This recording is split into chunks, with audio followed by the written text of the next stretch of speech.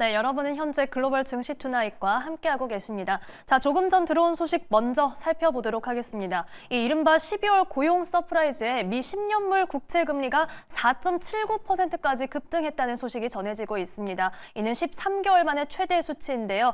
자, 다시 한번 전해드리겠습니다. 이 12월 고용 지표를 저희가 앞서 전해드렸습니다. 비농업 일자리 수가 시장의 예상치를 크게 상회했고 실업률은 4.1%를 기록하면서 시장의 예상치를 하회했는데요. 이런 내용들이 전해지자 미 10년물 국채 금리가 4.79%까지 급등하면서 8.50 베이시스 포인트가 오르는 흐름을 보여줬습니다. 자, 이렇게 미 10년물 국채 금리에 대한 시장의 압박이 지금 나오고 있는 상황인데 이와 관련된 내용 잠시 후에 좀 더 자세히 짚어보도록 하겠습니다. 자, 저희는 시장에 대한 보다 깊이 있는 이야기, 내일의 이슈 시간으로 이어가겠습니다. 내일의 수익을 안겨줄 이슈 이야기를 이어갈 텐데요. 자, 오늘은 퍼스트 프라임 리서치 이동근 대표와 함께 하겠습니다. 대표님 안녕하세요. 네, 안녕하십니까. 대표님 오랜만에 뵙는데 지금 이 지표와 압박 소식이 좀 전해지고 있습니다. 우선 이 가운데 오늘 준비한 주제 먼저 바로 확인해 볼게요. 네, 오늘의 주제입니다. 트럼프 2.0 D-Day 10일 대응 전략은 이렇게 남겨주셨습니다. 트럼프 차기 내각 출범이 이제 정말 코앞으로 다가왔고 여기에 사실 트럼프가 당선되고 나서 우려했던 요인들이 벌써 좀 불거지고 있나 싶기도 하거든요. 우선 저희가 어떤 내용부터 좀 살펴봐야 될까요?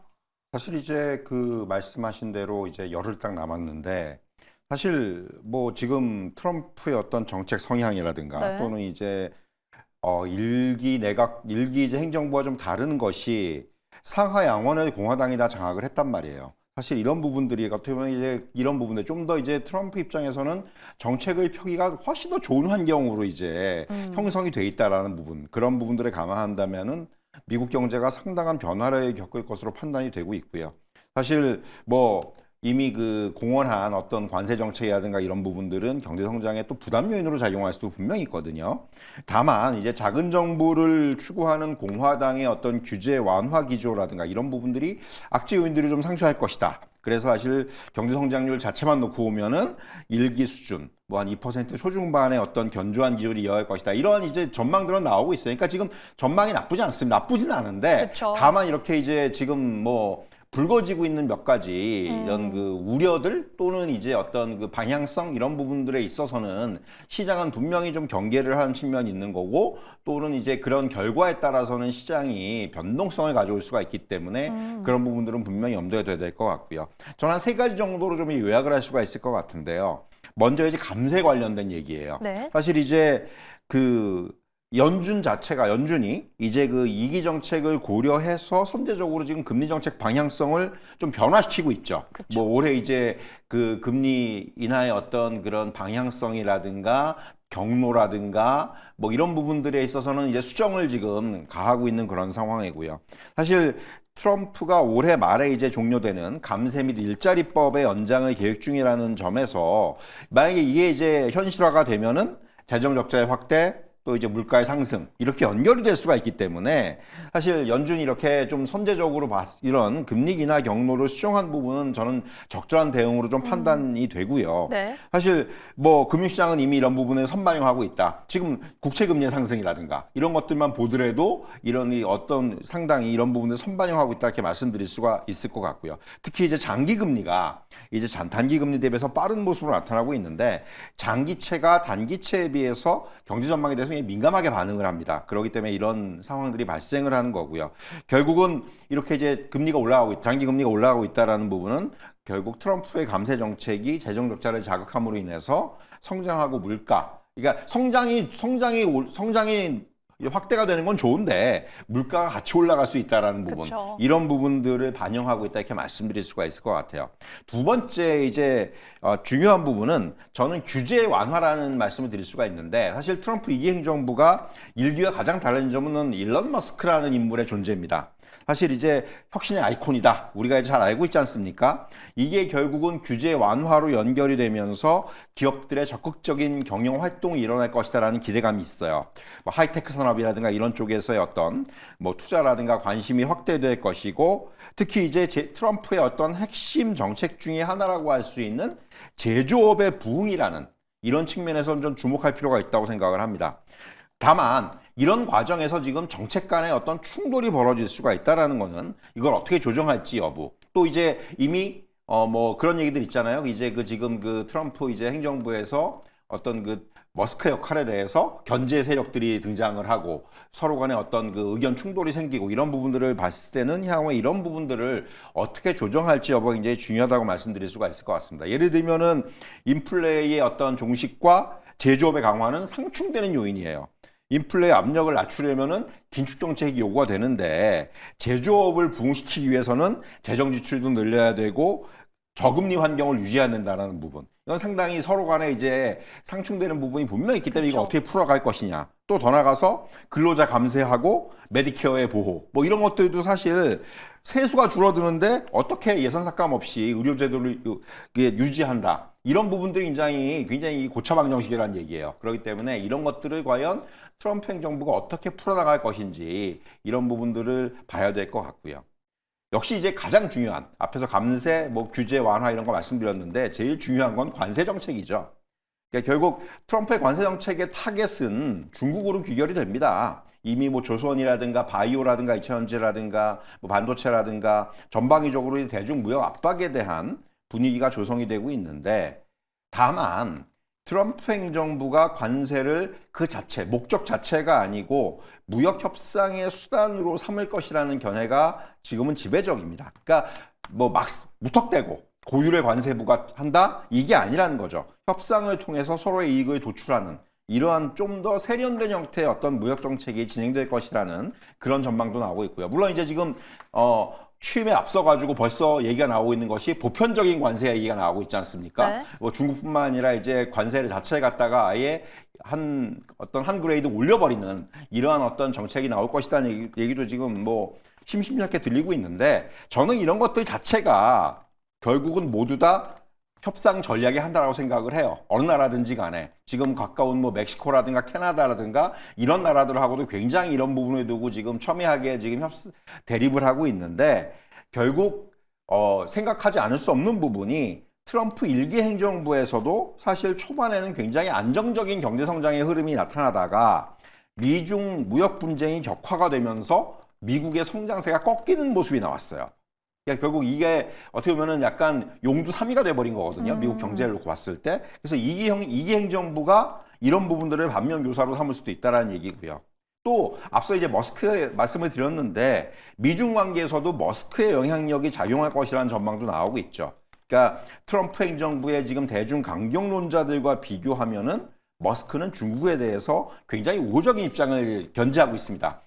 본인의 사업이 걸려있기 때문에도 물론 그런 요인도 있겠지만은 어쨌든 간에 이런 트럼프가 머스크를 지렛대로 삼아서 중국하고 어떤 실리를 챙기는 이런 어떤 그런 쪽에서의 어떤 그런 무역 전략, 관세 전략을 또 펼칠 수도 있어 보이는 그런 가능성도 충분히 있는 그런 상황이기 때문에 일단 좀 뚜껑을 열어보고요. 그리고 나서 이제 이런 흐름들에 대해서 어떤 대응 전략이 필요하지 않겠는가 이렇게 좀 말씀드릴 수가 있을 것 같습니다. 네, 우선 트럼프 차기 내각 출범과 관련해서 이 전망에는 긍정적인 요소들이 있는데 변동성은 체크해야 한다라고 말씀해 주셨고요. 결국은 세 가지입니다. 이 감세 정책이 성장과 물가 상승을 동시에 가져올 가능성, 또한 일론 머스크로 대변되는 규제 완화와 제조업의 부흥, 그리고 결국은 관세, 이 부분을 저희가 함께 체크해 봐야겠습니다.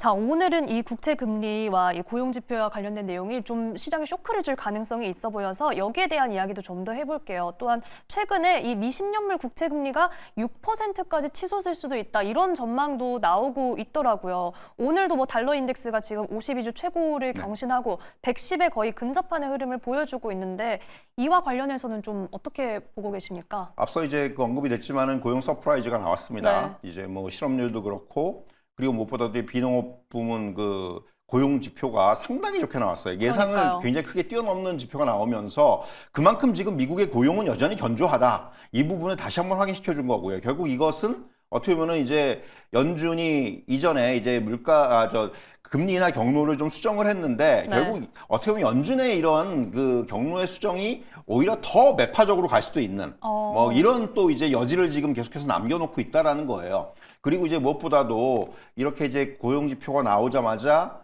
결국은 국채 금리가 다시 한번 크게 튀었어요.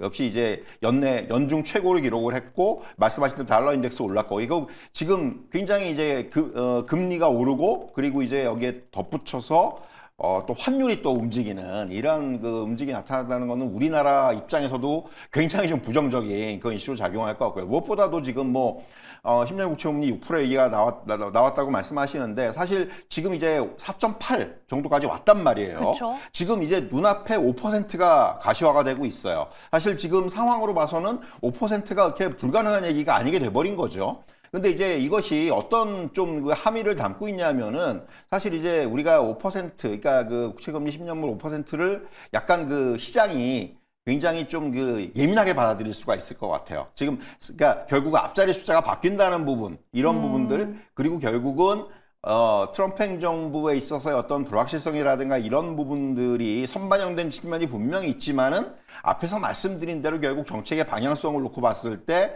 뭐 연준의 대응이라든가 이런 부분이 만만치 않다, 쉽지 않다라는 부분 이런 부분들까지 감안한다면 역시 말씀드린 대로 5% 얘기가 이제 5% 가시화된다면은 미국 금융시장 자체가 약간의 그 발작이라든가 이런 반응을 일으킬 수 있다라는 거예요. 그러니까 주식시장이 좀 크게 흔들릴 수도 있어 보이고 물론 그것이 이제 굉장히 장기적인 흐름보다는 단기적인 흐름이 되겠죠. 그러니까 단기적인 쇼크가 올 수가 있기 때문에 결국 이렇게 이 국채금리의 상승이 어떻게 보면 지금 굉장히 지금 긍정적으로 우리가 전망이 되어지고 있는 미국 증시 입장에서는 상당히 지금 달갑지 않은 그리고 우리 입장에서도 달갑지 않은 조금 그러니까 어떻게 보면 만약에 이제 이런 식으로 국채금리가 단기에 좀 더 이제 오버슈팅이 된다면은 약간 이제 증시에 대한 어떤 뷰 자체도 조금은 보수적이 돼야 되는 이러한 또 그런 우려까지도 조금 저는 열어놔야 되는 것이 아닌가 이렇게 말씀드릴 수가 있을 것 같아요. 네, 통화정책 경로가 더 매파적으로 수정될 수 있다. 그리고 시장에는 단기적인 쇼크가 될 수 있다. 보수적인 관점 말씀을 해주셨는데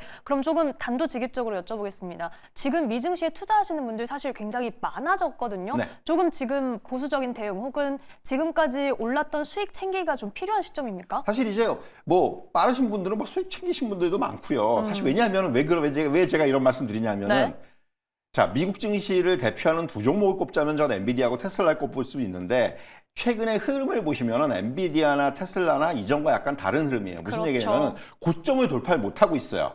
계속 이제는 박스권에 갇히고 또는 우리가 그런 표현 많이 써요. 맞고 떨어진다는 표현을 많이 쓰는데 계속해서 그 시도를 하는데 계속해서 이제 그 변동성이 커지는 이런 흐름이 나타나고 있기 때문에 사실 이런 부분들만 놓고 봤을 때도 미국 증시가 조금은 이제 지금 단기적이 될 수 있겠지만은 조정의 흐름으로 접어든 것이 아닌가라는 생각을 하시는 분들이 꽤 있어요. 그렇기 때문에 그런 부분들을 보더라도 뭐 저는 뭐 이게 어떤 이게 어떤 일반적인 얘기는 아닙니다만은 어쨌든 간에 또 수익이 크게 나신 분들은 일정 부분은 또 이제 어느 정도 차익 실현의 어떤 그런 관점도 좀 보시는 게 낫지 않겠나. 왜냐하면 이제 이 국채금리의 어떤 이 변동성은 생각보다 증시에 미치는 영향이 상당히 커질 수가 있다라는 부분. 이런 부분들은 조금은 이제 염두에 둘 필요가 있을 것 같습니다. 네, 지금 엔비디아와 테슬라의 흐름만 봐도 조금은 미 증시의 조정 기조가 확실히 보이지 않나 이런 말씀 주셨고요. 지금 일부는 좀 수익 실현에 대한 의견을 주셨으니까 이 점도 투자 시에 참고해 보시기 바랍니다. 자, 그럼 저희는 이제 내일장 변수 점검으로 넘어가 볼게요. 앞으로의 시장 저희가 어느 점을 좀 주목하면서 살펴봐야 될까요? 사실 이제 말씀하신 대로 이제 그런 거죠. 미국 증시를 놓고 보면 지금 굿뉴스 이즈 배드뉴스가 돼버린 거죠. 그러니까 이게 뭐 좋은데 뭐 굉장히 지금 소비도 괜찮고 또 고용도 좋은데 네. 이것이 결국은 어떤 그 금리 인하라는 이러한 그 시장의 중요한 어떤 요인에는 굉장히 부정적으로 작용할 수밖에 없는 거고 결국 이런 것들이 악재를 작용을 하면서 추가적인 상승이 조금은 이제 지지부진해진 그러니까 어떻게 보면 이제 계속해서 잘 달리다가 지금 조금은 막혀 있는 그런 양상이 나오고 있다라는 부분. 그리고 국채금리의 상승이 생각보다 지금 강하다는 부분. 이런 부분들은 분명히 증시에 부담을 준 요인이라고 볼 수가 있을 것 같고요. 최근의 분위기만 놓고 본다면 사실 상대적으로 우리나라 증시가 더 좋아요.